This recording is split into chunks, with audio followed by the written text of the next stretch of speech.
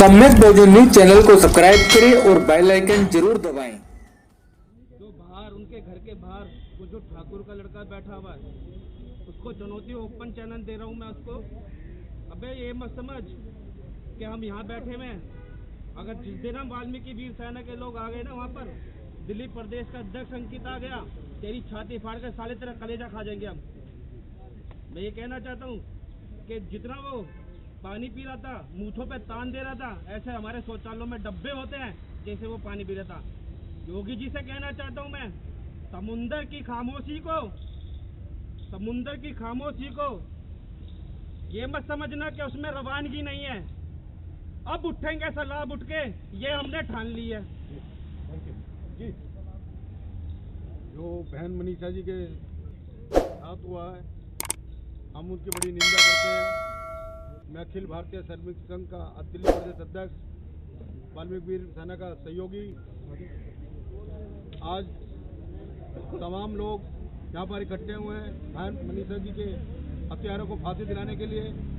और जो ये डीएम जिसने उनके साथ बदतमीजी की, मनीषा जी के ताऊ के छाती पर लात मारी, हम उसको बतई बर्दाश्त नहीं करेंगे। जब तक डीएम सस्पेंड नहीं, टर्मिनेट नहीं हो जाता, जब तक ये मुहिम दिल्ली में चलती रहेगी। और हमें दिल्ली से सैलाब बनकर हमें हाथरस की ओर कूच करना पड़ेगा।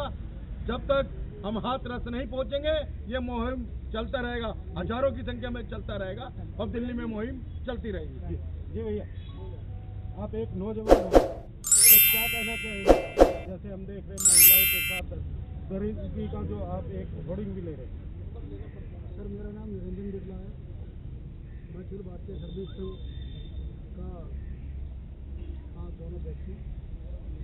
सर, मेरा यही कहना है कि जिस तरीके से हमारी बिटिया के साथ एक वाल्मीकि समाज की दलित लड़की के साथ में हाथरस के अंदर जो ये दुर्घटना हुई है, जो ये बलात्कार हुआ है, वैसे तो जब वोट लेने की बारी आती है, जब मुसलमान भाइयों से दंगे करवाने की बात आती है, तो हमें ये लोग हिंदू बना देते हैं। अब कोई भी एक भी हिंदू संगठन, कोई करणी सेना हो, हिंदू वाहिनी हो, बजरंग दल हो, वीएचपी का कोई दल हो, कोई भी दल हमारे साथ में क्यों नहीं है। तो हम यही मांग करते हैं लोगों से कि जब किसी दलित की बिटिया के साथ में ये सब होता है तो उस लड़ाई को हम अकेले लड़ते हैं। तो ये जो दोहरी मानसिकता इन लोगों की है, तो हम उनको बताना चाहते हैं कि दोहरी मानसिकता अब नहीं चलेगी। तो जो भी है, या तो सब मिलकर इस लड़ाई को लड़ें। ये समाज, ये खाली एक समाज की बिटिया नहीं है, ये पूरे देश की बिटिया है। तो इस तरीके से जो अब हमें अकेला छोड़ दिया गया है, अब हमारे साथ में कोई भी संगठन नहीं है किसी भी तरीके का।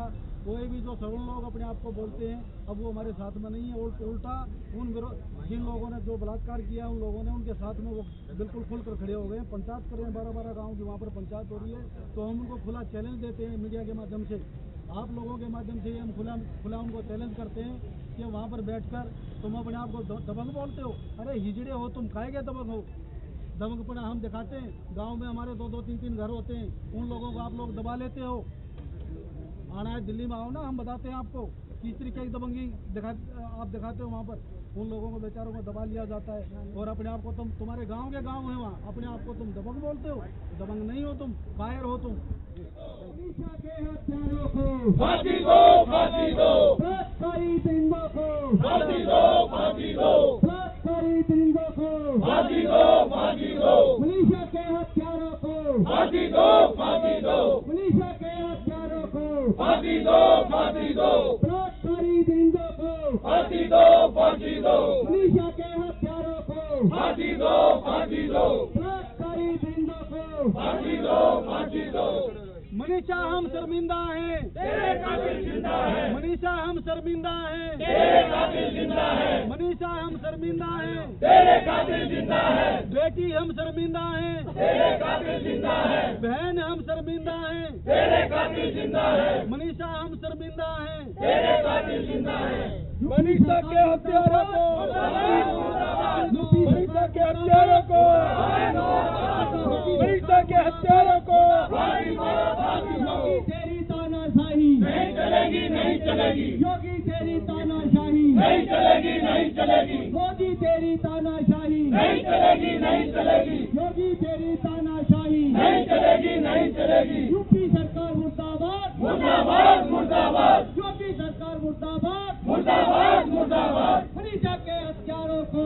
फांसी दो, फांसी दो, मनीषा के हत्यारों को फांसी दो, फांसी दो, बलात्कारी दरिंदों को फांसी दो, फांसी दो, बलात्कारी दरिंदों को फांसी दो, फांसी दो, बलात्कारी दरिंदों को फांसी दो, फांसी दो, मनीषा हफ्तर जिंदा है, तेरे कातिल जिंदा है, मनीषा हफ्तर जिंदा है, तेरे कातिल जिंदा है, यूपी सरकार मुर्दाबाद, मुर्दाबाद, मुर्दाबाद, योगी सरकार मुर्दाबाद, मुर्दाबाद, मुर्दाबाद, योगी सरकार मुर्दाबाद, मुर्दाबाद, हाफिज डीएम मुर्दाबाद, मुर्दाबाद, मुर्दाबाद, यूपी पुलिस मुर्दाबाद, मुर्दाबाद, मुर्दाबाद, मनीषा के हत्यारों को फांसी दो, फांसी दो, मनीषा के हत्यारों को फांसी दो, फांसी दो, मनीषा के हत्यारों को फांसी दो, फांसी दो।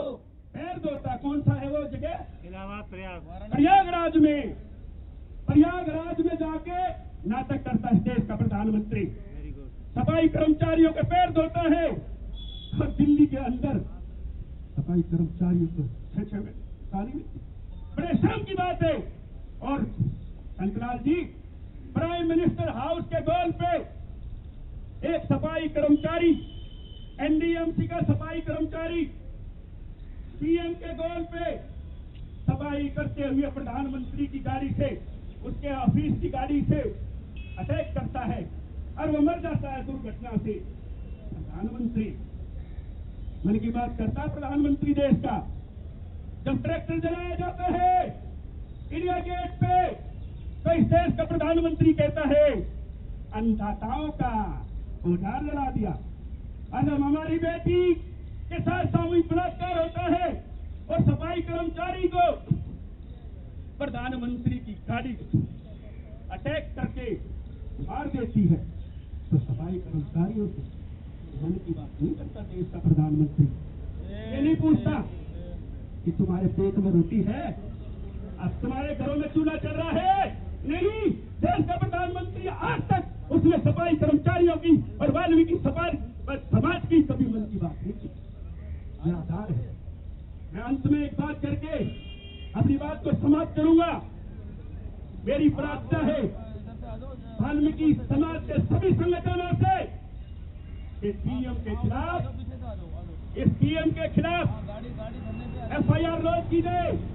उत्तर प्रदेश के डीएम के खिलाफ हत्या का मुकदमा दर्ज किया जाए कि उस डीएम ने कॉन्स्पिरेसी की है, डीएम ने सबूत बदले हैं, उसके खिलाफ हत्या का मुकदमा किया जाए, एट्रोसिटी एक्ट लगाया जाए डीएम के खिलाफ। ये हमारा वाल्मीकि सेना, अखिल भारतीय सफाई मजदूर कांग्रेस और वाल्मीकि समाज के तमाम संगठन ये मांग करते हैं उत्तर प्रदेश के डीएम के खिलाफ हत्या का मुकदमा दर्ज किया जाए। उत्तर प्रदेश के डीएम के खिलाफ कॉन्स्पिरेसी सबूत मिटाने का मुकदमा दर्ज किया जाए। उत्तर प्रदेश के डीएम के खिलाफ एट्रोसिटी लगाया जाए। अगर निष्पक्ष जांच करनी है तो रिटायर्ड जज कंतलाल जी, अगर निष्पक्ष जांच करनी है तो रिटायर्ड पूर्व जज लगाए जाए। सीबीआई तो इनका तोता है, सीबीआई इनका तोता है प्रधानमंत्री का। सीबीआई से कोई जांच नहीं होगी, एसआईटी से भी नहीं होगी। पूर्व जज, रिटायर्ड जज की कमेटी बना के निष्पक्ष जांच कराई जाए, डीएम के खिलाफ मुकदमा दर्ज किया जाए, एसपी के खिलाफ मुकदमा दर्ज किया जाए। और ये कंट्राडिक्शन कर रहे हैं, कभी कहते हड्डी नहीं टूटी थी, कभी कहते बलात्कार नहीं हुआ था, कभी कहते हड्डी टूट के मर गई लड़की, कभी कहते जो उसकी जीभ नहीं कटी थी। ये बकवासबाजी करना बंद कर दे। हिंदुस्तान का वाल्मीकि जाग चुका है। चेतावनी देना चाहता हूँ ये दलों की सरकार को, आरएसएस के जो दलाल है। और एक और क्या कहता है विनय कटियार, वो आया भात खान बंद था और आके कहता है कि बलात्कार हुआ। अरे भैया तू तो अंदर था जेल में, तुझे क्या पता। उसके बाद कंतलाल चावड़िया जी जो मंत्री है, श्रम मंत्री, वो पता क्या कहता है? वो कहता है भाई बहुत बड़ा देश है, बलात्कार होते रहते, उसको शर्म आनी चाहिए। कहता बहुत बड़ा देश है, ये तो होते रहते बलात्कार, उसका भी पुतला फूकेंगे। उसको भी चेतावनी देना चाहते हैं हमारे समाज के खिलाफ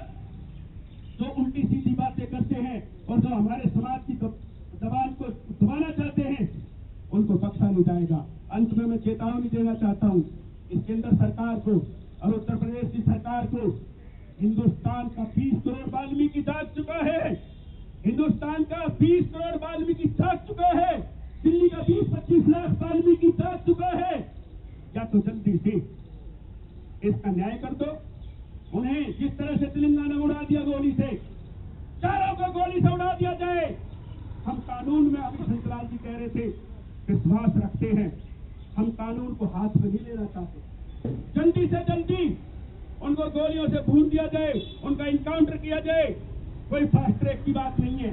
जब दूसरे लोगों के लिए ये फटाफट गोली से मार देते हैं तो उनको फटाफट सरकार उनका इनकाउंटर करे, उनको चारों को गोलियां से भूने और उनके फांसी हो जल्दी से जल्दी। ठीक है सर, धन्यवाद। की दरिंदगी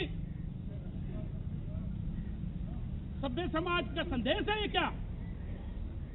इसी प्रांगण में, जंतर मंतर के प्रांगण में पहले एक हमारी बिटिया के साथ दुराचार हुआ था। यहाँ लाखों की संख्या में लोग आए हुए थे। इस प्रांगण को हमने भर दिया था। उसमें किसी जाति विशेष की बात नहीं थी, वो बेटी थी। पूरे देश ने साथ दिया। उन चारों गुनाहगारों को फांसी हुई है, आप सब लोग अच्छी तरह जानते हैं। आज एक केंद्रीय मंत्री का स्टेटमेंट आया है, वो कहता है कि उत्तर प्रदेश में सड़कें खराब हैं, यहां गाड़ी अपने आप पलट जाती है। तो जब ये चारों गुनाहगार तारीख पे जाएंगे अभी कोर्ट में, तो ये गाड़ी पलटनी चाहिए। हम ऐसी मंगल कामना करते हैं, ये दरिंदे किसी भी कीमत पर बचने नहीं चाहिए। और साथियों, ये 14 तारीख की घटना थी। जैसे ही हमको पता चला कि वाल्मीकि समाज की बिटिया के साथ, भारत की बिटिया के साथ इस तरह की घटना हुई है, दरिंदों ने पहले तो उसकी असमत लूट ली, फिर उसकी गर्दन तोड़ दी, वो बोल ना पाए उसकी जबा काट दी।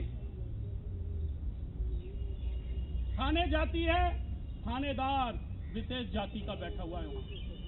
आप सभी थानों में देख लीजिए विशेष जाति के लोग हैं।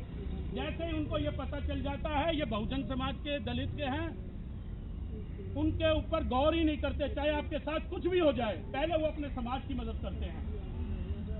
ये सभी थानों की, पूरे देश के थानों की हालात है। उस बिटिया को तड़पती रही, बताती रही कि मेरे साथ ये हुआ। वहां का इंस्पेक्टर कहता है, आईओ कहता है, नाटक कर रही है साली, गाली दे रहा था, गाली। वो बता रही थी कि मेरे साथ ये हुआ। वो कह रहा नहीं, नाटक कर रही है साली, थोड़ी देर में ठीक होके चली जाएगी। पीड़ित को हॉस्पिटल नहीं ले जाया गया। जब 4-5 घंटे पूरा दिन हो गया, फिर बड़ी मुश्किल से उसको हॉस्पिटल ले गए। कोई वहां का अलीगढ़ का अस्पताल है, स्टेट का उनका अलीगढ़ का, वहां भी इलाज प्रॉपर नहीं मिला। जब हम सब लोगों ने देखा भाई इसको, हमने सब लोगों को प्रचार किया, समाज के लोगों को बताया, पूरे देश के लोगों को बताया सोशल मीडिया के माध्यम से कि इस तरह की घटना हुई है, मानवीय घटना हुई है। फिर देश के सभी लोगों से हमने, सभी सामाजिक संगठनों से, सभी से हमने, राजनीतिक लोगों से हमने अपील की, प्रार्थना की, और वो लोग आगे आए। दिल्ली के हर्षवर्धन ने, जो डॉक्टर है, मंत्री हमारा, उसने हमसे वादा किया था कि वहां से इसको रेफर कराओ, इस बिटिया को, हम उसका इलाज एम्स में करेंगे। लेकिन केंद्रीय मंत्री ने भी, हर्षवर्धन ने भी हमें धोखा दिया। हमने अपील की, प्रार्थना की, दिल्ली उस बिटिया को बुला लिया, लेकिन सफदरजंग हॉस्पिटल में किसी षड्यंत्र के तहत उसको एडमिट करा दिया। बात हुई थी एम्स हॉस्पिटल की, केंद्रीय मंत्री हर्षवर्धन ने हमें धोखा दिया। और जब उसकी डेथ हो गई, वहाँ का जो हॉस्पिटल है उसकी आप दशा देखोगे तो बहुत अच्छा हॉस्पिटल नहीं है, प्रॉपर इलाज नहीं है उस हॉस्पिटल में, अलीगढ़ में। वहाँ 13-14 दिन बिटिया जिंदा रहती है। और एम्स और सफदरजंग हॉस्पिटल में सभी को ये विश्वास है कि भाई वहाँ कोई भी बीमारी हो, तकलीफ हो, हम ठीक हो जाएंगे। एक विश्वास होता है कि ये बढ़िया हॉस्पिटल है। लेकिन वहाँ बिटिया 24 घंटे भी जिंदा नहीं रह पाई, समझ नहीं आया। उसकी डेथ हो गई, 17 घंटे में उसकी डेथ हो गई। 13 घंटे वहाँ, 13 दिन वहाँ जिंदा रही, जहाँ इलाज प्रॉपर नहीं था। और दिल्ली आते उसकी घटना, उसकी हत्या हो गई, समझ लीजिए। उसको मार दिया गया। हो सकता है उसको वेंटिलेटर पे ही ना लगाया हो सकता है उसका ऑक्सीजन ही बंद कर दिया हो। ये भी एक है। जिन लोगों ने ये हत्या की है, मुख्यमंत्री के कहने पर हुआ ये सारा काम। उन गुनाहगारों के खिलाफ भी, चाहे वो डीएम हो, चाहे एसएसपी हो, चाहे वहां का थाने का, उनके खिलाफ भी हत्या का मुकदमा हमारा वाल्मीकि वीर सेना रजिस्टर्ड कराए। और दिल्ली में 1 हफ्ते बाद हम वाल्मीकि चौपाल जर्नल, वो किसी रजिस्टर्ड संस्था नहीं है, वाल्मीकि चौपाल आवाज उठाएगी और जितने भी सामाजिक संगठन है, बहुजनों के, दलितों के, वाल्मीकियों के, उनको हम आग्रह करेंगे कि अब सब लोग एक हो जाओ और हमारी जो बहन है, हाथरस की जो बिटिया है, उसको न्याय दिलाने के लिए आज हम संकल्प भी लेंगे। वाल्मीकि वीर सेना के सभी पदाधिकारी से मेरा निवेदन है। और एक बड़ी चौपाल, एक बड़ी पंचायत हम दिल्ली में वाल्मीकि मंदिर के प्रांगण में, जहां प्रधानमंत्री जी ने झाड़ू लगाई थी, हम संदेश देंगे केंद्र सरकार को, आवाज दो। तो आप लोगों से, सभी से, जब तक न्याय ना मिले हमारी उत्तर प्रदेश की बहन को, भारत की बिटिया को, चैन से मत बैठना। तुम्हें कसम है,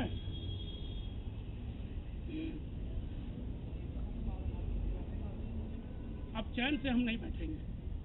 और सभी सामाजिक संगठनों से आज से ही प्रार्थना शुरू कर दो और आह्वान करो सब मिलकर कि उस दिन बड़ी पंचायत में सब लोग अपना विचार रखें और अपनी ताकत को दिखाएं। और न्याय के लिए हम अपील कर रहे हैं, न्याय के लिए हम अपील कर रहे हैं। धन्यवाद। सम्यक बहुजन न्यूज चैनल को सब्सक्राइब करें और बेल आइकन जरूर दबाएं।